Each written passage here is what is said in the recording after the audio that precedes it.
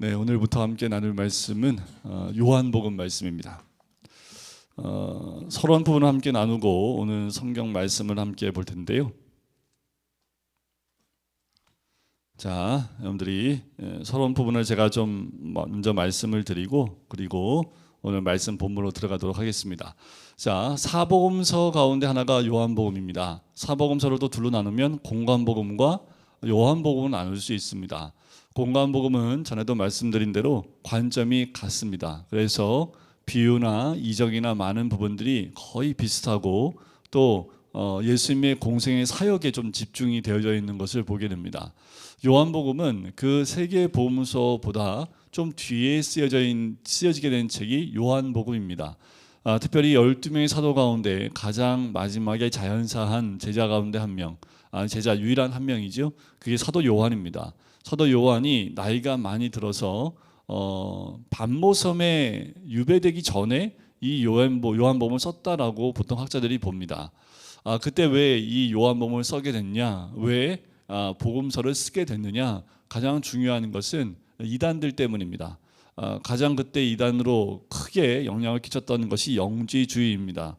그 영지주의는 특별히 예수님의 신성과 인성을 동시에 지닌 것이 거짓이라고 이야기하기 때문에 특별히 이 요한복음은 그것을 이 영지주의 이단에 대해서 반박한다, 좀 그런 의미가 좀 있겠지요. 그래서 예수님을 좀 인성보다는 신성 쪽에 좀 포커스를 둬서 쓴 책이 요한복음입니다. 그러니까 공관복음은 예수님의 행적과 이적 이런 것에 거의 집중되어 있다면 요한복음은 예수님의 신성에 대한 부분이 더 집중되어 있다고 보시면 돼요. 그래서 요한복음은 태초부터 시작을 합니다. 그리고 예수님이 스스로 나는 하나님과 하나고 하나님의 아들이고 하나님이심을 직접 드러내 보이시는 말씀까지 하는 것을 보게 돼요. 그래서 요한복음은 특별히 죽기 사건이 없습니다. 좀 특이하게 죽기나 이적에 좀 집중되어 있지 않고요. 예수님이 어떤 인물과 만나서 대화하고 거기서 선포하는 메시지가 주를 이루고 있는 것을 또 특징으로 볼 수 있습니다. 자, 요한복음 저자 사도 요한인데요. 성경 5권을 쓰게 됩니다. 요한복음, 요한 1, 2, 3서, 요한계시록 이렇게 쓰고 있고, 그리고 직업은 갈릴리 지방의 어부였죠. 별명은 보아너게입니다. 보아너게가 뭘까요? 우레의 아들이라는 거죠. 성격이 굉장히 급해요. 그 명역이 굉장히 강합니다. 그래서 마태복음은 어머니가 와서 예수님의 나라가 임할 때 좌측과 우측에 앉혀달라라고 말할 정도로 명역이 굉장히 강한 사람입니다. 그런데 요한 1서를 통해서 이 사도 요한이 사랑의 사도다라는 별명이 다시 한번 생기게 됩니다. 그러니까 원래 성격이 급하고 명역이 강한 사람이었지만 예수 그리스도를 믿고 난 이후에 또 부활하신 예수님을 만나고 또 성령이 역사하시는 은혜를 누리고 난 다음에 사도 요한의 성격이 바뀐 거지요. 사랑의 사도로 그 모습이 바뀌는 것을 보게 됩니다. 아버지의 이름은 세베대고요. 모친은 살로메로 봅니다. 그래서 마가복음에 보면 살로메라는 이름이 등장한 것을 볼 수 있고요. 형은 야고보입니다. 야고보는 12사도 가운데 최초의 순교자로 사도행전 15장에 보면 제일 먼저 순교한 사도가 야고보, 요한의 형이지요. 다른 제자들이 다 도망간 후에도 십자가 곁에 남아 있었던 유일한 제자. 그래서 예수님으로부터 어머니 마리아를 인계받고 보호해달라는 부탁을 받은 제자가 이 사도 요한입니다. 수제자 3인 중, 그러니까 베드로, 야고보, 요한이 수제자인데 그 가운데 한 명이었고요. 그리고 예수의 사랑하시는 제자라고 추정되어지는, 그래서 요한복음에 보면 사도 요한이라는 이름이 등장하지 않고 사랑하시는 제자라는 표현이 많이 등장을 합니다. 그 사랑하는 제자가 바로 이 사도 요한으로 추측이 돼요. 사도 요한이 직접 쓴 복음서이기 때문에 자신의 이름을 드러내는 것보다는 이렇게 사랑하시는 제자라는 표현을 쓰고 있다라는 거죠. 그리고 예수 승천 후에 다락방 기도와 함께 임해서 거기서 성령의 충만을 받게 되고요. 그리고 베드로와 함께 사도행전에 보면 베드로와 짝이 돼서 함께 그 사역을 감당해 나가는 것을 보게 돼요. 성전 미문에 안진뱅이를 일으키는 사건도 함께 있었고요. 베드로와 함께 복음 때문에 투옥된 사건에도 함께 동참했고요. 그리고 전도하다 반모섬에 유배되어서 12사도 가운데 하지만 순교하지 않고 자연사한 것으로 전해지는 사도입니다. 기록 연대는 AD 75년경으로 경에 요한이 반모섬에 유배되기 전에 기록한 것으로 추측이 됩니다. 그러니까 사복음서 가운데 가장 늦게 쓰여진 책이다라고 보시면 되고요. 복음서마다 다 대상이 있었지요. 이 요한복음은 대상이 모든 사람입니다. 예수 그리스도를 믿는 모든 사람들에게 전하는 메시지다. 대상이 모든 사람이라는 걸 볼 수 있고요. 주제는 하나님의 아들이며 말씀이신 예수 그리스도입니다. 하나님의 아들, 신성을 좀 더 강조하고 있죠. 그리고 말씀이신 예수 그리스도입니다. 로고스 기독론이라고 해서 1장에 그 부분이 자세히 등장을 해요. 목적은 뭐냐면 예수가 하나님의 아들이심을 믿고 영생을 얻게 하려 하심이라 라는 것이 요한복음 20장 31절에 기록되어 있습니다. 내가 이 글을 쓴 이유는 하면서 그 이유를 명시하고 있지요. 두 번째는 영지주의 이단의 논리에 반박하기 위함이었다라는 거지요. 그래서 공관복음이 이미 예수님의 인성을 강조하고 있다면 그것에 보충해서 요한복음은 예수 그리스도의 신성을 더 강조하고 있다라는 특징이 있다는 겁니다. 자, 요한복음의 그 특징을 보시면 공관복음, 마태마가, 누가복음은 예수님의 생애와 활동에 대한 외적 사실을 많이 다루고 있는 반면에 요한은 영적 신학적 주제를 기록하고 있는 것을 보게 돼요. 그러니까 이게 공관복음과 좀 관점이 완전히 다르다는 것을 여기서 볼 수 있겠지요. 자, 공관복음은 예수님의 실제적인 외적 사실을 많이 다룬다면 이 사도 요한은 깊은 영적인 신학적 주제를 많이 다루고 있다는 특징이 있고요. 그리고 다른 복음서와 다르게 다른 복음서는 진실로라는 말이 나오는데 요한복음은 진실로라는 말이 두 번이나 반복되는 표현을 자주 쓰고 있다는 특징이 있고요. 또 이적이라는 말보다는 표적이라는 말을 쓰고 있습니다. 근데 표적을 우리 한글 사전을 찾아보면 표적은 화살을 당길 때 화살을 맞추는 그 표적이 있지요. 그 표적의 의미입니다. 그러니까 여기서 말하는 이 표적은 뭐냐면 다 예수님의 그 이적 가운데 뚜렷한 목적이 있는, 그러니까 이 이적을 통해서 예수님이 뭘 보여주고 싶은 뚜렷한 목적이 있기 때문에 표적이라는 단어를 쓰고 있다라는 것을 보시면 됩니다. 간결한 문체로 되어 있고 7선언, 7표적, 7담화라는 특징이 있는데 7선언은 뭐냐면 그 유명한 에고에임입니다. 나는 뭐뭐다 라는 표현이에요. 나는 생명의 떡이다, 나는 세상의 빛이다, 나는 선한 목자라, 나는 양의 문이라, 나는 부활이요 생명이다, 나는 참 포도나무다, 나는 길이요 진리요 생명이다. 7가지의 예수님의 자기 선언, 에고에임이라고 보통 얘기를 합니다. 에고에임이. 그래서 7가지 자기 선언이 있는데 이거는 사건과 담화와 연결돼서 이런 고백이 함께 갑니다. 예수님이 나는 뭐뭐다 라는 7가지의 표현이 있다는 것은 우리가 성경을 보면서 함께 보도록 하고요. 7가지의 특별한 표적이 있다. 공관복음은 굉장히 이적이 많이 나옵니다. 마가복음 같은 경우는 18개의 이적이 나올 정도로 굉장히 이적이 풍부하게 나오는데 이 요한복음은 7개 정도밖에 안 나와요. 그러니까 지금 요한복음은 이 이적을 행하는 것이 주 포인트가 아니라는 거지요. 예수가 하나님이심을 예수님의 말씀을 통해서 증명하기 때문에 요한복음 보면 거의 빨간 글씨로 많이 되어 있습니다. 이 붉은 글씨는 뭐예요? 예수님이 하신 말씀이라는 거죠. 그래서 주로 예수님이 하신 말씀이 굉장히 많이 등장한 것을 볼 수 있고요. 7담화라는 건 뭐냐면 자, 니고데모와의 대화, 그 담화겠지요. 그리고 안식일날 시비 거는 유대인과의 담화, 그리고 사마리아 여인과의 담화, 그리고 오병이어 표적을 목도한 유대인들과 했던 담화, 선한 목자 설교, 초막전 논쟁, 고별 설교, 이런 것들이 담화로 많이 기록되어 있는 거죠. 그래서 예수님의 말씀이 그 어느 것보다 많이 기록되어 있을 뿐만 아니라 그 말씀들을 통해서 예수님의 신성을, 또 예수님의 그 신학적인 부분들을 많이 언급하고 있습니다. 그러다 보니까 교훈이 많이 강조될 수밖에 없겠죠. 그리고 공관복음엔 성찬식이 나오는데 이 요한복음은 성찬식이 없습니다. 성찬식에 포커스가 된 것보다 그 시간에 있었던 세족식에 중심이 있습니다. 공관복음에는 성찬할 때 세족식이 등장하지 않습니다. 아예. 근데 요한복음에는 성찬을 하기 전에 세조식에 더 많은 시간을 할애하고 있고 실제로 성찬식에 대한 내용이 거의 없다라는 것, 그것이 또 하나의 특징입니다.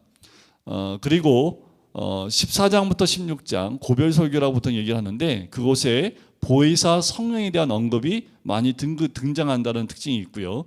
아까도 말씀드렸던 대로 축기 이적이 없습니다. 그리고 천국 비유가 없습니다. 특이하죠.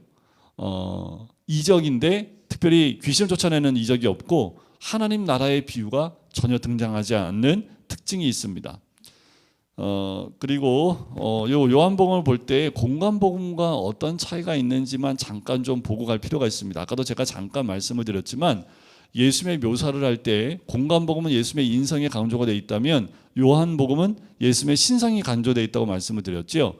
자, 공관복음은 관점이 어떤 관점이냐면 역사적인 관점입니다. 시간의 흐름에 따라 이제 갈릴리에서 예루살렘으로 가 십자가에 죽으시는 이 평행한 이렇게 수직적으로 가는 어떤 그런 역사적인 관점이라고 한다면 요한복음은 그런 자체가 없습니다. 시간적 개념이 아니라 신학적 개념으로 보셔야 돼요. 신학. 그러니까 주제별로 쓰여져 있다라고 보시면 되겠습니다. 그렇다고 해서 시간의 가념이 없다? 아니요, 그렇지는 않습니다. 하지만 더 강조된 것은 신학적인 부분이라는 거고요.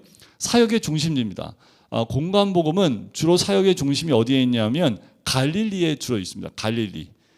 갈릴리에 주로 있고 요한복음에서는 사역의 중심지가 유대지방에 있어요. 그러니까 유대지방이 예루살렘을 포함한 유대지방이지요.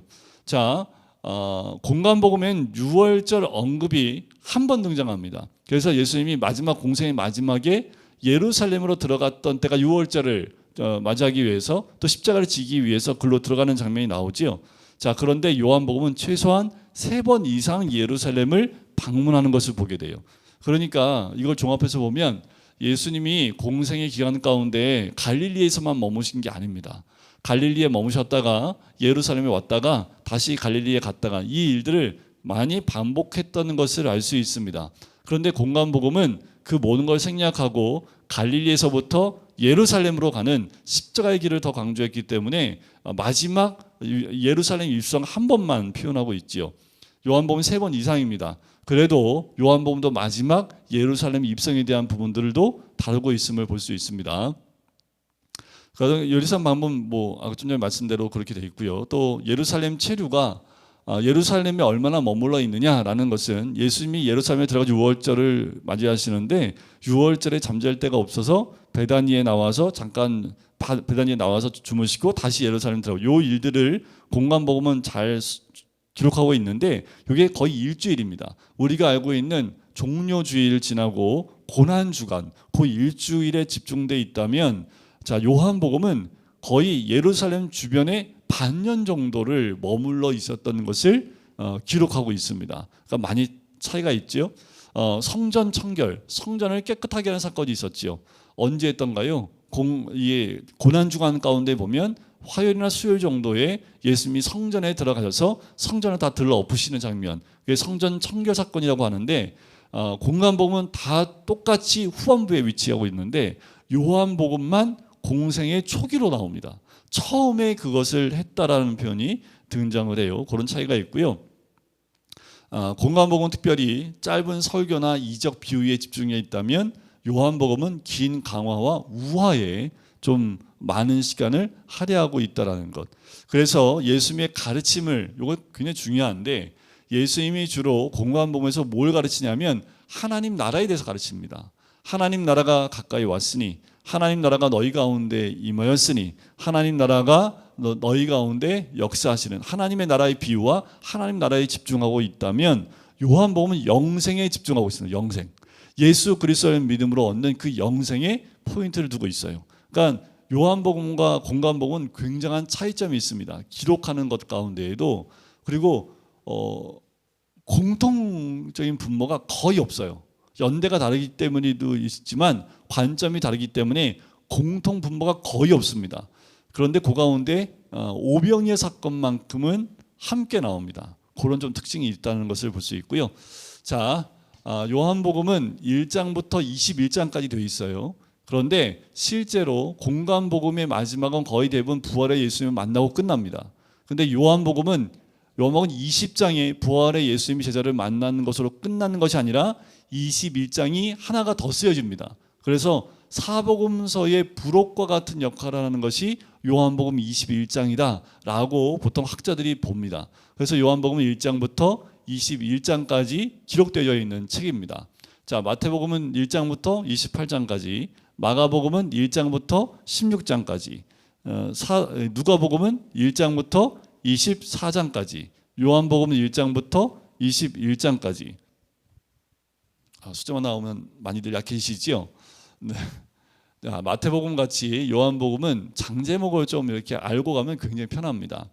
제가 한번 이렇게 쭉 숫자하고 제가 연결돼서 말씀드려요. 자, 1장은 로고스입니다. 로고스. 말씀이에요, 말씀. 그래서 1장 하면 로고스 말씀입니다 하면 딱 나와요. 그래서 태초에 말씀이 계시니라 이게 시작하거든요. 그래서 1장은 로고스 기독론, 때로는 말씀 기독론, 기독론이 기록되어 있는 것이 1장이다. 자, 2장은 이가나. 애들이 성장하면서 이가나죠. 이가나. 가나 혼인잔치. 그래서 이가나 하면 돼요. 3장은요. 네가 세니 내가 세니 해서 니고데모하고 얘기하는 겁니다. 네가 세니 내가 세니 3장이잖아요. 그러니까 셋이잖아요.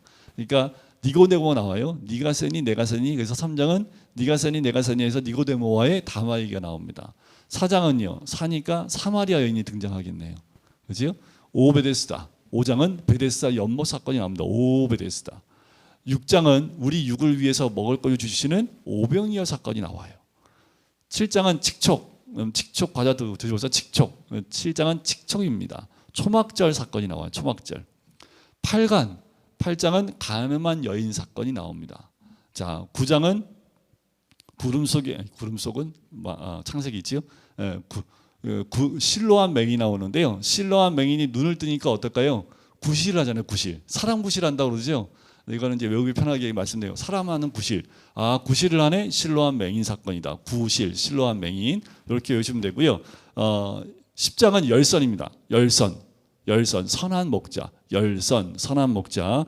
11장은요 만세 부르면 됩니다. 만세, 나 살았네. 나사로가 나옵니다. 나 살았네. 12장은 입성장이고요. 13장은 13이잖아요. 세족식이 나옵니다. 세족식. 14장은 일사천리로 길과 진리요 생명이다. 15장은 참 포도나무 시오. 포도가 시지요. 참 포도나무 시오. 인류를 위한 보혜사가 나오고요. 17장은 중보기도 나오고 18장은 한 팔로 체포됩니다. 한 팔로 체포되니까 19장은 뭐 할까요? 십자가를 지시겠지요. 20장은 십자가 졌으니까 20장은요 부활하시겠지요. 마지막 21장은 사랑 문답입니다. 베드로와 내가 나를 사랑하느냐는 사랑 문답이 나온 것이 21장입니다. 훅 갔지요. 자, 이게 이 번호만 장만 나오면 그 장의 내용이 뭔지를 좀 떠올릴 수 있도록 거의 한 80% 정도를 숫자하고 좀 연결을 시킨 거예요. 1 로고스, 이가나, 네가 세니 내가 세니, 사 마리아, 오베데스다, 육을 위한 오병이요, 칙촉, 팔간, 구실, 열선, 나사렛네. 11장. 12장은 입성장, 13장은 열셋, 세족식, 14장은 일사천리로 길과 진리요 생명이다. 참 포도나무 시요, 인류 보혜사.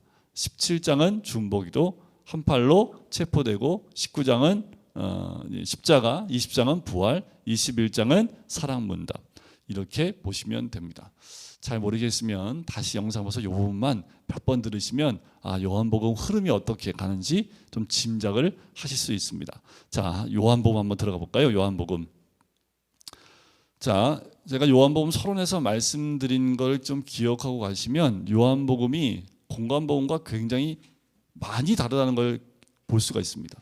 그러니까 예수님의 공생의 어떤 시간적 흐름이나 어떤 예수님의 이적이나 예수님의 어떤 그런 행위들의 포인트가 있는 것이 아니기 때문에 예수님의 좀 정적인 것들이 많이 등장하는 것을 보게 돼요. 움직이는 것보다.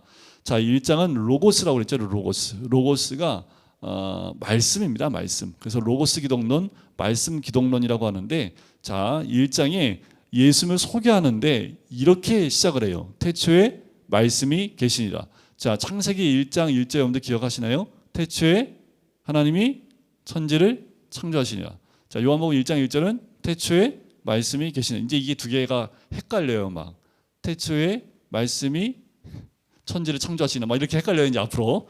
자, 태초에 말씀이 계시니라. 이 말씀이 하나님과 함께 계셨으니 이 말씀은 곧 하나님. 그러니까 말씀 뒷거로 뭐라고요? 하나님이라고 선포하고 시작을 합니다.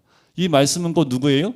예수 그리스도. 어떻게 알 수 있습니까? 14절 보면 말씀이 육신이 되어 우리 가운데 거하심에. 그분이 곧 누구라고요? 예수 그리스도라고요.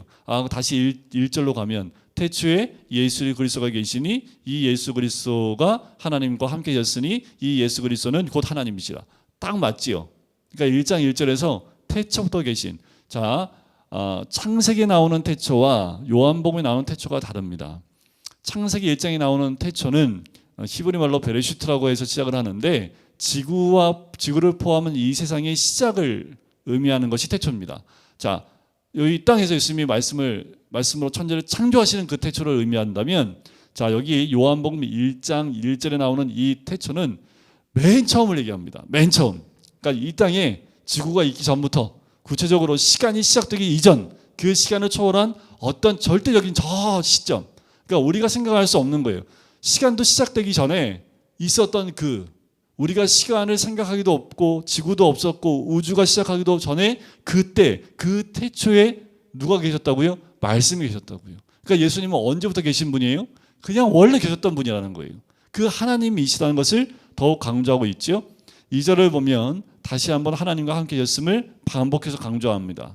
그러면서 창조 가운데 만물이 그로 말미암아 지은 바 되었다라는 거죠. 말씀으로 지은 바 되지 않은 것이 하나도 없습니다. 그래서 창세기 1장에 보면 여러분들 개역 한글에는 하나님이 가라사대로 나왔지요. 그래서 가라사대 게임도 있잖아요. 가라사대 손드시오 뭐 이런 것도 만들었던 것처럼, 근데 개역 개정 바뀌면서 가라사대가 없어지고 하나님이 이르시대로 바뀌었지요. 그러니까 하나님 말씀을 창조하신 겁니다. 그 말씀이 곧 누구예요? 예수 그리스도라는 거죠. 그래서 3절에 보면 만물이 그로 말미암아 지은 바 되었고 지은 것이 하나도 그가 없이 된 것이 없다라는 겁니다. 창조 때부터 함께 계신 예수 그리스도에 대해서 얘기했죠. 근데 그 안에 뭐가 있어요? 4절에 생명이 있습니다. 그 생명은 사람들의 뭐예요? 빛입니다. 자, 말씀 안에 뭐가 있어요? 생명이 있습니다. 그러니까 말씀 안에 뭐가 있다고요? 생명이요. 말씀이 심겨지는 곳마다 뭐예요? 생명이 살아나게 되어 있다는 겁니다. 그 말씀은 곧 누구예요? 예수 그리스도. 그 예수 그리스도가 들어가는 자들마다 그 안에 뭐가 있어요? 생명이 있지요. 여러분들 그 시를 보면 이런 보도가 나온 적이 있어요. 그 이집트에 가면 그 많은 이 미이라들인가 뭐 피라밋 이런 것들이 발굴되죠. 피라밋이 발굴된 것도 있지만 땅 속에 이렇게 묻혀 있는 그 왕들의 그런 그 무덤을 발견하게 되면 때로는 거기에 그때 당시 2000년 이전에 그때 있었던 한참 오래돼 있죠. 그때 썼던 씨앗들이 나왔대요. 씨들이. 그러니까 몇천 년 된 거잖아요. 씨가.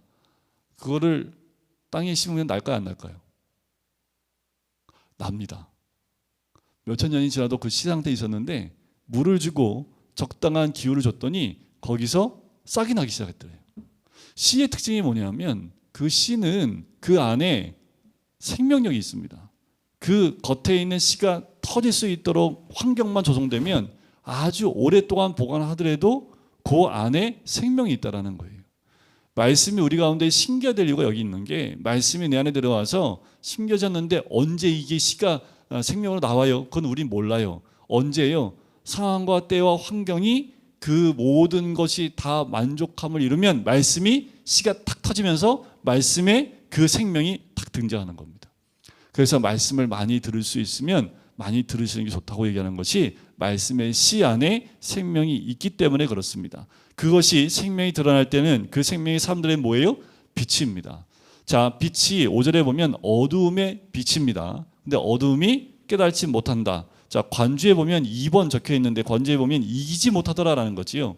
자, 빛이 어디에서 임한 걸까요? 여기는 빛이 비치는데 빛이 보통은 밖에서 안으로 비치죠. 그런데 여기에서의 말씀의 의미는 뭐냐면 외부에서 비치는 것이 아니라 어둠 안에서, 즉 죄악된 세상 안으로 오신 예수 그리스도를 의미하는 겁니다. 그러니까 어둠 안에서 빛이 쫙 비치니까 순간적으로 어둠이 이기지 못한 거예요. 그래서 깨달지 못한다는 말은 원에 보면 이기지 못한다라는 그 말뜻이 있어요. 그래서 밑에 보면 관주에 이기지 못하더라라는 말이 나와요. 어둠은 절대로 빛을 이길 수 없습니다. 우리의 삶 가운데 어둠이 있어요. 내가 우울하고 어둠 가운데 있어요. 말씀의 빛만 들어오면 됩니다. 그 말씀의 빛이 들어오면 어둠은 떠나가게 되어 있습니다. 그러니까 내 안에 그 빛이 살아날 수 있도록만 하시면 돼요. 그래서 말씀의 빛이 내 안에 들어오면 어둠은 이기지 못합니다. 자, 여기까지 예수님에 대한 부분을 소개하면서 이제 하나님께로 보냄받은 한 사람 요한을 6절에서 이야기합니다. 세례 요한이에요. 이 요한은 자, 그가 증언하러 왔는데 빛에 7절에 보니까 빛에 대하여 증언하고 있습니다. 자, 이것은 세례 요한의 삶의 목적입니다. 세례 요한이 이 땅의 삶의 목적이 뭐예요? 빛에 대하여 증언하는 거지요. 그리고 모든 사람이 자기로 말미암아 믿게 하려 합니다. 세례 요한은 자기를 통해서 예수님을 믿게 하려 합니다. 이게 증거의 목적입니다. 왜 예수님을 증언합니까? 믿게 하려 한다는 거지요. 이것은 우리의 증언의 목적과도 마찬가지입니다. 우리의 삶의 목적과도 마찬가지입니다. 자, 8절에 보면 그는 이 빛이 아니에요. 이 빛이 되어 증언하러 온 자라. 자, 왜 그럴까요? 당시에 빛이 없었기 때문에 사람들마다 이 빛을 너무나 원했는데 세례 요한이 왔는데 마치 빛과 같이 빛나는 것 같아요. 왜요? 참 어두운 세상 가운데 하나님 말씀을 대언하는 세례 요한이 왔는데 이 자체 사람 보니까 너무 빛나요. 삶을 보니까 너무 빛난 삶을 살아요. 그 사람들이 뭐라고 하면 저 사람 진짜 빛 아니야? 라고 이야기를 합니다. 그런데 정확하게 세례 요한은 뭐예요? 자신은 빛이 아니라고 얘기하는 거지요. 참 빛이 올 거라고 얘기합니다. 자기는 빛이 아니라고 얘기하는 거죠. 자기 인식의 정확성을 가지고 있습니다. 자기가 해야 되는 건 뭐예요? 그 빛을 드러내는 역할이지 자기는 빛일 수 없다라는 겁니다. 그래서 9절에 보면 참 빛이 곧 세상에 와서 각 사람에게 비추는 빛이 있었다라는 거죠. 이 참빛은 완전한 빛을 의미합니다. 세상은 어둠을 의미하겠죠. 세상에 와서, 이 와서라는 말은 성육신한 것을 의미하겠죠. 각 사람에게 비추는 빛. 여러분들 이 빛은 대한민국에 갑자기 쫙 비춰서 대한민국에 있는 모든 사람 가운데 빛이 임하는 게 아닙니다. 복음은 여러분들 단체로 임하는 것이 아니라 모든 사람들에게 복음이 선포된다 할지라도 복음을 받아들이는 사람은 뭐예요? 각 사람입니다. 각 사람에게 비추는 빛입니다. 그래서 남편들이 신앙 좋은 아내 이 치맛자락 붙잡고 천국 가면 안 되겠냐고, 그런 거 절대 없다고. 복음은 각 사람이지 그렇게 부부한테 복음이 임하고 이런 거 없다고. 각 사람에게 비추는 빛이었다라는 거죠. 그래서 10절에 보면 그가 세상에 계셨으며 세상은 그로 말미암아 지은 바 되었으되 세상이 그를 알지 못하였고라는 거지요. 세상, 예수님이 창조하셨던 것을 얘기하고, 하지만 예수님이 세상에 오셨는데 알지 못했다라고 얘기합니다. 11절에 보면 영접하지 않았다라고 얘기하는 거지요. 그러면서 12절, 이게 굉장히 중요한 절입니다. 영접하는 자, 곧 그 이름을 믿는 자들에게는 하나님의 자녀가 되는 권세를 주셨으니라는 거지요. 자, 여기서 믿는 자들이라는 거예요. 믿는 자들이라는 그 말을 보면 현재 분사로 되어 있습니다. 현재 분사형은 뭐냐면요, 이런 거예요. 한국말에는 현재 분사형이라는 뭐 이런 것들이 없는데 이 원어에 보면 현재 분사형인데 뭐냐면 과거에서부터 현재까지 계속되어 왔다는 의미입니다. 내가 1시간 동안 달리고 있어 라는 그거는 뭐냐면 1시간 전부터 지금까지 달리고 있는 것을 의미하는 거죠. 그래서 믿는 자들이라는 믿는 자들 할 때 믿는은 예수를 영접한 이후부터 지금까지 믿는 거예요. 한 번 믿고 땡 하는 게 아니라 일주일 가운데 교회 한 번 딱 예배 시간에 땡 나오고 한 주로 살아가는 게 아니라 내가 예수 믿고 난 이후부터 지금까지 계속 믿어오는 자들은 이라는 말입니다. 그러니까 한 번 빛을 비추고 끝나는 것이 아니라 계속 그 빛에 노출되어 있고 빛 가운데 거하는 자들에게는 하나님의 자녀가 되는 권세를 주셨다라는 거지요. 그러니까 끊임없이 그 빛 가운데 거하는 겁니다. 자, 그런데 이 말은 하나님의 자녀가 되는 권세라는 그 말은 우리가 한번 하나님의 소속된 하나님의 자녀가 되었지만 우리가 온전한 하나님으로 자녀가 되기 위해서는 해산의 고통으로 이루어져 가는 것을 의미합니다. 그게 하나님의 자녀의 권세예요. 한 번 믿고 나서 그 권세가 온전히 이루어지는 것보다 우리가 예수를 믿고 난 이후로 계속 믿음의 삶이 계속 이어지면서 우리에게 주어지는 하나님의 자녀의 권세를 의미합니다. 이것은 혈통이나 육정이나 사람의 뜻으로 난 것이 아니에요. 13절 끝에 보니까 하나님께로부터 난 자들입니다. 그러니까 믿는 자들은 누구로부터 난 거예요? 하나님으로부터 난 거지 사람으로부터 난 것도 아니고 부모로부터 받은 것도 아니라는 거지요. 그래서 14절에 보세요. 말씀이 육신이 되어 우리 가운데 거하시며, 이게 성육신 기독론입니다. 말씀이 육신이 되어 우리 가운데 거하시며, 말씀이신 하나님이신 말씀이신 예수님이 육신이 되어 사람이 되어 우리 가운데 거하시매라는 거지요. 이 거하시매라는 그 말은 텐트를 친다라는 의미입니다. 그러니까 성막을 세우다라고 할 때 이 단어를 씁니다. 천막을 친다. 그러니까 성막을 친다라는 그 의미예요. 그래서 말씀이 우리 가운데 육신이 되어 우리 가운데 성막으로 임하셨다라는 거예요. 그래서 예수님이 요한복음 2장의 뒷부분에 가면 성전을 헐어버려라, 제가 3일 만에 다시 세우리라고 말씀하신 것은 본인을 두고 하신 말씀이었죠. 그러니까 예수님이 성전이신 거지요. 그래서 그 말씀이 육신이 되어 우리 가운데 거하신 겁니다. 자, 이 과정을 우리에게 설명한 것처럼 이제 육신인 우리가 어떻게 해요? 말씀으로 주님께 나가는 거꾸로 된 과정으로 우리는 주님께 나가야 됨을 의미합니다. 그래서 말씀이 육신이 되어 우리가 거한 것처럼 이 땅 가운데 거하고 있는 우리들은 이제 육신이 말씀으로 하나님께 나가는 길로 가야 된다는 겁니다. 그래서 늘 우리가 말씀을 사모하고 말씀을 가까이 하고 말씀의 생명이 더 우리 가운데 풍성해지게 하는 것은 그 말씀으로 가까이 나아감을 통해서 하나님께 더 가까이 나갈 수 있는 길이 열리기 때문에 그래요. 자, 우리가 그의 영광을 보니 아버지의 독생자의 영광이요 은혜와 진리가 충만하더라. 그래요. 이제 그 예수님이 이 땅에 오심으로 예수님 그의 영광을 보니까 아버지 독생자의 영광, 하나님의 영광이지요. 또 예수 그리스도 안에 은혜와 진리가 충만하더라라는 거지요. 그 은혜는 예수 그리스도를 통해서 부어진 은혜입니다.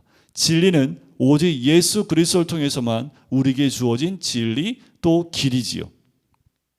자, 요한이 증언하여 외치는 거지요. 내 뒤에 오신 이가 나보다 앞선 것, 당연하지요. 16절에 보면 우리가 다 그의 충만한 데서 받으니, 자, 이 충만이라는 이 말은 뭐냐면요, 이런 의미로 루터가 설명합니다. 아무리 쓰고 또 써도 고갈되지 않는 샘처럼이라는 의미가 있습니다. 그러니까 충만함이 어떤 충만이 그냥 가득하다라는 그 의미를 넘어서서 쓰고 또 써도 그 충만함이 마르지 않는 샘과 같은 그 충만 안에서 받으니 은혜 위에 은혜로라. 끊임없는 무진장한 넘쳐나는 은혜로라라는 거지요. 17절에 보면 율법은 모세로 말미암아 주어진 것이지요. 은혜와 진리는 예수 그리스도로 말미암아 온 것입니다. 자, 이게 굉장히 깊은 말씀인데, 자, 이제껏 말씀, 생면, 빛, 이제 드디어 예수 그리스도의 이름이 처음으로 등장한 것이 17절입니다.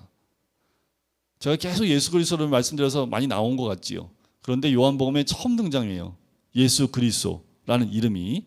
자, 율법은 모세로 말미암아 주어졌습니다. 근데 율법의 역할은 뭘까요? 은혜 앞으로 가지고 오는, 은혜 앞으로 나오게 하는 역할이 율법의 역할입니다. 그래서 율법은 모세로 인해서 주어진 겁니다. 그래서 율법의 역할은 뭐예요? 우리가 율법을 통해서 거룩한 자 되어지고 깨끗한 자 되어지고 구원받은 백성이 된다는 것을 의미하는 것이 아니라, 율법은 우리가 구원을 이루기 위해서는 율법 가운데서 자유로울 사람이 한 명도 없음을 알려주는 것이 율법이기 때문에 우리로 하여금 은혜와 진리 앞으로 인도하는 것이 율법입니다. 그런데 그 은혜와 진리는 어디에서 온 거예요? 예수 그리스도에서 온 겁니다. 그러니까 우리가 예수 그리스도를 믿음으로 은혜와 진리가 우리 안에 충만해지는 것을 선포하고 있는 거지요. 자, 이제 19절부터 세례 요한이 등장합니다. 자, 세례 요한이 얼마나 대단했냐면 예루살렘 성전에서 예루살렘에서 제사장들과 레위인들을 요한에게 보내요. 너 누구냐라는 거예요. 왜냐하면 세례 요한이 그만큼 이때 당시에 유대인들한테 큰 센세이션이었습니다. 아주 그냥 유대인들을 발칵 뒤집어 놓을 만큼. 왜냐하면 400년 동안 한 번도 하나님의 음성이 들리지 않았던 이 상황인데 갑자기 세례 요한이 등장했는데 하나님의 음성이 들리기 시작한 거예요. 그러니까 사람들이 세례 요한에 막 모이기 시작을 하고 사람들이 막 반응하기 시작하고 환호하기 시작을 합니다. 그러니까 뭐예요? 진짜인지 가짜인지 파송해서 사람들, 바리새인들을 보내서 제사장들을 보내서 레위인들을 보내서 진짜인지 아닌지 판별해봐라. 그래서 요한에게 와요. 그래서 요한에게 묻지요. 그랬더니 요한이 나는 그리스도가 아니다. 그러면 넌 누구냐? 네가 엘리야냐? 이르되 나는 아니라. 또 묻되 네가 선지자냐? 대답하되 아니라. 그럼 내가 누군지 나를 보내신 사람들에게, 나를 보낸 사람들한테 답할 수 있도록 내가 누군지 좀 알려달라. 그랬더니 23절에 이렇게 외칩니다. 광야에서 외치는 자의 소리로다 라고 얘기하고 있는 거지. 광야에서 외치는 자의 소리. 소리는 한번 선포되면 사라지는 게 소리입니다. 근데 더 중요한 건 세례 요한의 자기 인식이 광야에서 외치는 자의 소리, 자기는 그냥 소리와 같은 사람이다 라고 얘기하지만 하나 더 본다면 광야에서 외친다라는 것. 실제로 사도 바울은 세례 요한은 유대 광야에서 활동을 합니다. 유대 광야 끝자락인 요단강과 맞닿은 유대 광야에서 살면서 거기서 복음을 전파했기 때문에 그냥 광야에서 외치는 자의 소리다라는 말이 사람들하고는 고개를 끄덕이게 하지요. 그만큼 청빈하게 살고 있었다는 의미도 되지만 이때 이 광야라는 것은 당시의 유대인들의 심령의 상태를 의미하기도 합니다. 광야와 같은 그들의 유대인들 그 사람들한테 주의 나라를 또 예수 그리스도를 선포하는 소리다라는 거지요. 소리는 사람을 깨우는 역할을 합니다. 그리고 이 소리는 하나님께서 천지 만물을 창조하실 때 났던 소리이기도 하고요. 그 이 소리는 하나님 말씀을 대언하는 그 소리이기도 하겠지요. 자, 그러면 네가 만약 그리스도 아니요 엘리야도 아니면 선지자도 아닐진데 어찌 세례를 베푸냐 했더니 뜬금없이 얘기를 합니다. 자, 이 말을 하는 거 보면 세례라는 것이 세례 요한을 통해서 처음 주어지지 않았다는 것을 알 수 있습니다. 이미 세례를 많은 부분에서 행하고 있다는 것을 알 수 있기 때문에 그럼 네가 베푸는 세례는 도대체 무슨 세례냐? 라고 묻는데 요한이 대답을 26절에 이렇게 하지요. 나는 물로 세례를 베풀거니와 너희 가운데 너희가 알지 못하는 한 사람이 섰는데 나는 그분의 신발끈을 풀기도 감당하지 못하겠다. 자, 이곳이 어디에 있어요? 28절에 보니까 요단강 건너편 베다니에서 일어난 일이었습니다. 자, 그리고 이튿날 요한이 예수님께 오시는 것을 보고 바로 이렇게 얘기하죠. 29절 두 번째 줄에 보라 세상 죄를 지고 가는 하나님의 어린 양이로다 라는 거지요. 세상 죄를 지고 가는, 과거와 현재와 미래의 모든 죄를 지고 가는 하나님의 어린 양이로다 라고 이야기합니다. 그리고 또 한 번 얘기하지요. 36절에 보면 세례 요한이 두 제자와 함께 가고 있다가 섰다가 예수님이 걸으신 것을 보고 세례 요한이 한 번 더 얘기합니다. 보라 하나님의 어린 양이로다. 예수 그리스도와 세례 요한이 같은 장소에 있었던 이제 마지막입니다. 자, 같은 장소에서 세례 요한이 예수님에 대해서 선포했던 말씀, 요 이후부터는 요한복음에서는 한 번도 같은 자리에 있지 못하게 됩니다. 자, 이 말을 듣고 이 세례 요한의 두 제자가 예수를 따릅니다. 자, 38절에 보니까 예수께서 돌이켜 그 따른 것을 보시고요. 묻습니다. 무엇을 구하느냐? 예수님의 요한복음 첫 번째 말씀이죠. 무엇을 구하느냐? 우리가 주님 앞에 나오면 주님이 첫 질문이 이와 같은 거지요. 무엇을 구하느냐라는 거지요. 네, 랍비여 어디 계십니까? 라고 이들이 물어요. 39절에 보면 와서 보라. 예수님이 그들을 초청하는 메시지죠. Come and see지요. 와서 보라. 그래서 그들이 함께 가요. 계신 데를 보고 그날 함께 가는데 때가 10시쯤 되었더라. 그러니까 오후 4시쯤이 되겠지요. 자, 요한의 말을 듣고 예수를 따르는 사람 중에 하나가 누구예요? 시몬 베드로의 형제 안드레였습니다. 자, 세례 요한을 따라다녔던 사람이 누구였습니까? 안드레였어요. 베드로보다 안드레가 예수님을 먼저 만나는 것을 볼 수 있죠. 자, 그래서 안드레가 와서요 베드로한테 얘기합니다. 41절 우리가 메시아를 만났다 하고, 메시아는 번역하면 그리스도라. 자, 처음으로 안드레가 복음을 전합니다. 이게 이제 최초 전도 복음이라고 볼 수 있는데, 자, 그래서 데리고 예수께로 오니까 예수님이 딱 보시자마자 42절에 뭐라고 합니까? 요한의 아들 시몬아, 바요라 시몬하지요. 요한의 아들 시몬아, 장차 개발하리라. 개발은 뭐예요? 베드로라 하리라 라고 그 이름을 바꿔 주십니다. 자, 여기서 42절에 보면 우리가 그냥 얘기하면 이렇게 말씀처럼 넘어갈 수 있는데, 데리고 예수께로 오니 예수께서 보시고 이르시되, 여기서 보시고라는 말이요 원어에 의하면 어떤 봄이냐면 그냥 우리는 이제 본다라는 말에 뭐 이렇게 부사 같은 게 붙어서 본다는 걸 자세히 본다, 면밀히 본다, 본다는 똑같지요. 그런데 영어에도 보면 본다는 단어가 굉장히 많아요. 그냥 쓱 보다, 그럴 때는 이 단어, 자세히 보도할 때는 이런 단어, 멀린 걸 볼 때는, 응시할 때는 또 이 단어. 보는 게 다 다릅니다.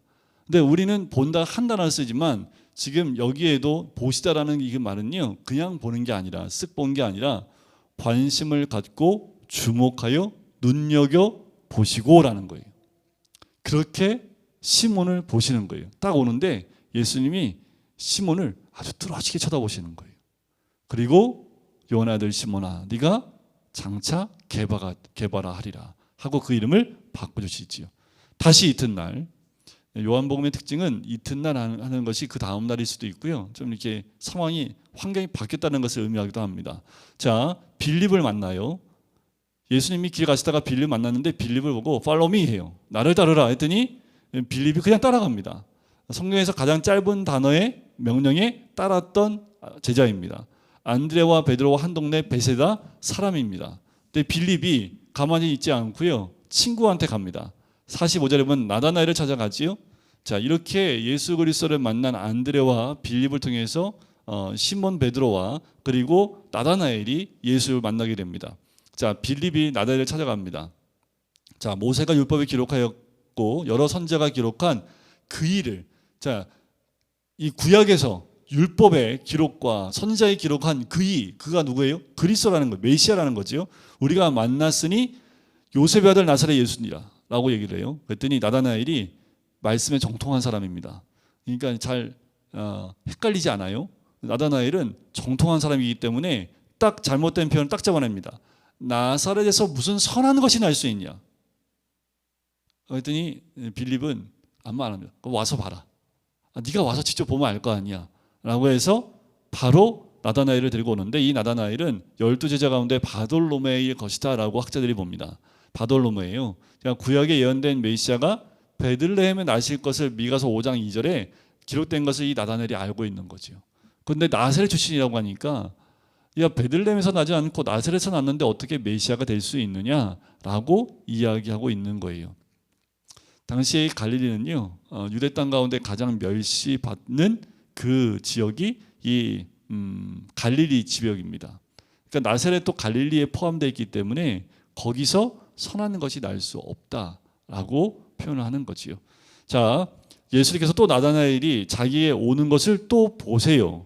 예수님이 보실 때는 심각한 겁니다. 자, 그러면서 뭐라고 해요? 보라, 이는 참으로 이스라엘 사람이라 그 속에 간사한 것이 없도다. 그랬더니 나를 아십니까? 라고 나다나엘이 물어요. 그랬더니 빌립이 너를 부르기 전에 무화과 나무 아래에 있을 때 내가 보았노라. 이 말을 했을 때 나다나엘이 바짝 엎드립니다. 그 이유는 뭐냐면 이 나다나엘만 알기 때문에, 하나님과 1대1로 만나 하나님과 교제하던 장소이기 때문에 아무도 알 수 없는 그 자리를 지금 예수님이, 그 나다나엘이 무화과 나무 아래에 있는 것을 내가 보았다라고 하니까 나다나엘이 거부할 수 없는 거지요. 그 자리를 알 수 있는 사람은 단 한 명도 없는데 예수님이 보았다고 하니까 라비야, 당신은 하나님의 아들이시요 당신은 이스라엘의 임금이로소이다. 나다나엘의 신앙 고백을 하게 됩니다.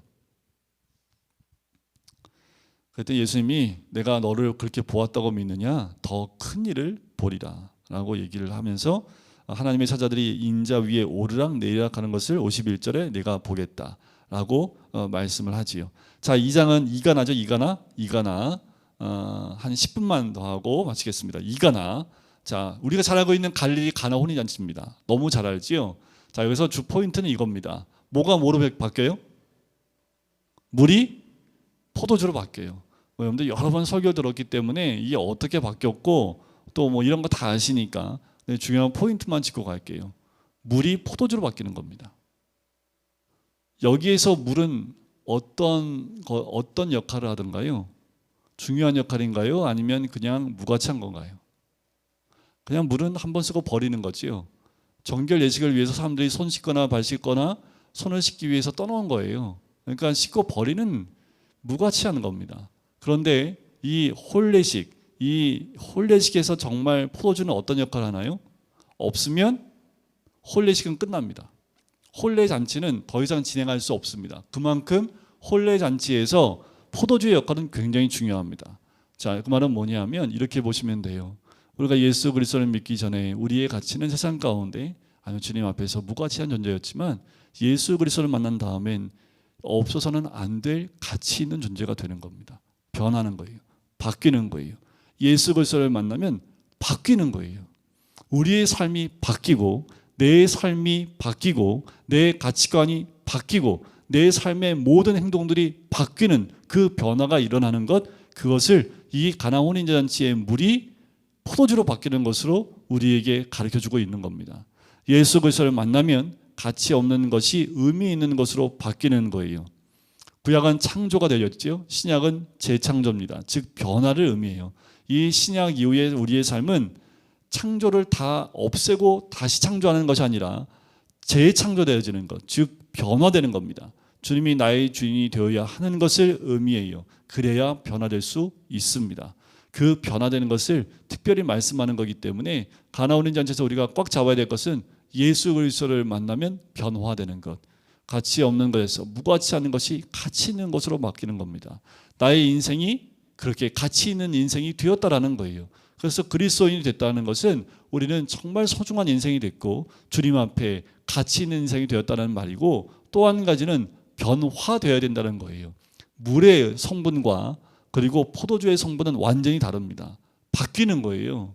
그러니까 옛사람이 죽고 새 사람이 되는 거지, 그 물을 정화해서 깨끗한 물로 쓰는 게 아니라는 거예요. 완전히 바뀌는 겁니다. 성분이 바뀌는 거예요.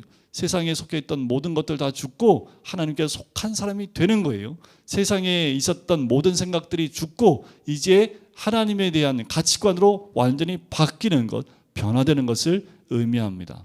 자, 성전으로 들어가 볼까요? 이 성전은 무엇을 의미할까요? 하나님이 거하는 집에 장사꾼들이 가득합니다. 오죽하면 예수님이요, 노끈을 만들어서 채찍을 만듭니다. 다 둘러 엎으십니다. 왜? 하나님의 집을 강도의 속으로 만들기 때문에 그렇지요. 자, 그것은 무엇을 의미합니까? 예수 그리스도를 만나면 다 성전으로 변화되는 겁니다. 자, 2장의 주포인트는 뭐냐 하면 예수 그리스도를 만나면 변화되는 거예요. 우리 성전이 성전다워야 되는데 성전으로 변화되지 못하니까 성전 하나님 뭐예요? 다 뒤집어 엎는 거지요.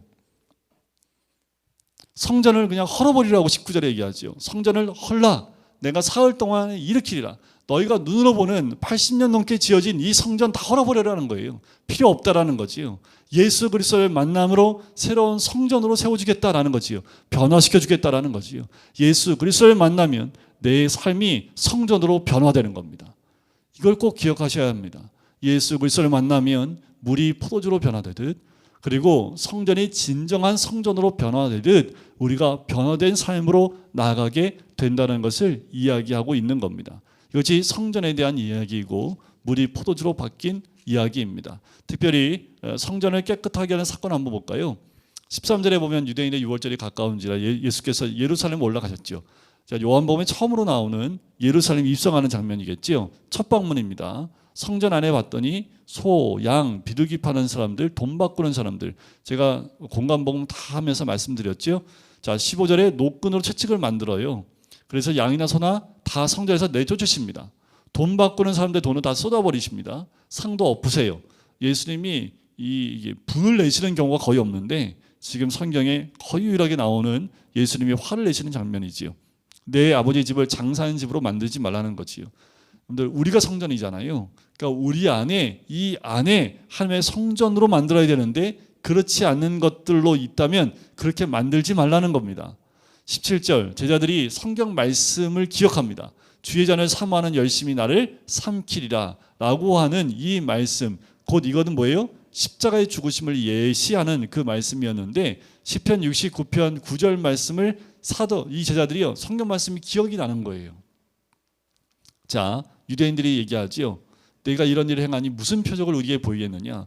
자, 다른 복음에서는요, 대제사장과 서기관과 바리새인들이 와서 네가 무슨 권능을 무슨 권리로 이런 일을 하느냐라고 하는 권세 논쟁이 있었잖아요. 근데 여기서는 네가 그렇게 한다고 하는데 무슨 표적을 보이겠느냐라는 질문을 거꾸로 합니다. 다르게 하지요. 그랬더니 19절에 뭐예요? 이 성전을 헐라 사흘 동안 일으키겠다.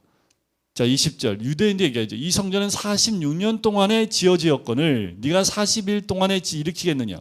자,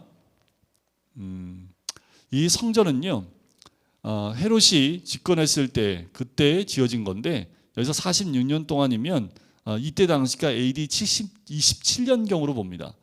왜냐하면 요게 성전이 지어졌던 그 시간들을 보면 BC 19년부터 시작해서요 AD 63년경에 3년에 완공이 돼요. 헤롯 성전이. 그러면 46년이라고 얘기하는 걸 보면 AD 27년경이라는 숫자가 나옵니다. 그래서 요때쯤이라고 보는 거예요. 그래서 실제로 헤롯 성전은 굉장히 오랫동안 지어진 것을 알 수 있겠지요. 자, 그 성전 40년 동안 어떻게 일으키겠느냐? 그랬더니 예수님은 뭘 얘기한 거예요? 성전된 자기 육체를 가리켜 말씀하신 것이다라는 거지요. 그래서 22절에 보면 죽은 자 가운데 살아나신 후에야 제자들이 이 말씀하신 것을 기억하고 성경과 예수께서 하신 말씀을 믿었더라. 성경과 동일한 권위를 가지고 있음을 이야기하죠. 성경과 예수께서 하신 말씀을 믿게 됩니다. 나중에 말씀을 기억해내고 믿게 된다라는 거지요. 나중에 이 모든 일들, 예수님의 십자가에 죽고 부활하시고 이 모든 일들을 다 보고 난 다음에 이 말씀하신 것을 기억하고 이 말씀을 믿었다라는 거지요. 이 성전은 예수 그리스도 성전이 되어졌고 이제 예수 그리스도를 믿는 모든 자들이 이 성전이 된 거지요. 고린도전서 3장 16절에 보면 우리가 성전이 되었다라고 이야기하는 거지요. 그래서 우리가 성전으로 변화되는 겁니다. 예수 그리스도를 믿음으로 성전 안에서 변화된 삶으로 나가는 것이 우리의 삶의 모습이어야 된다라는 거지요. 오늘은 이 2장까지만 보고 함께 기도할까요?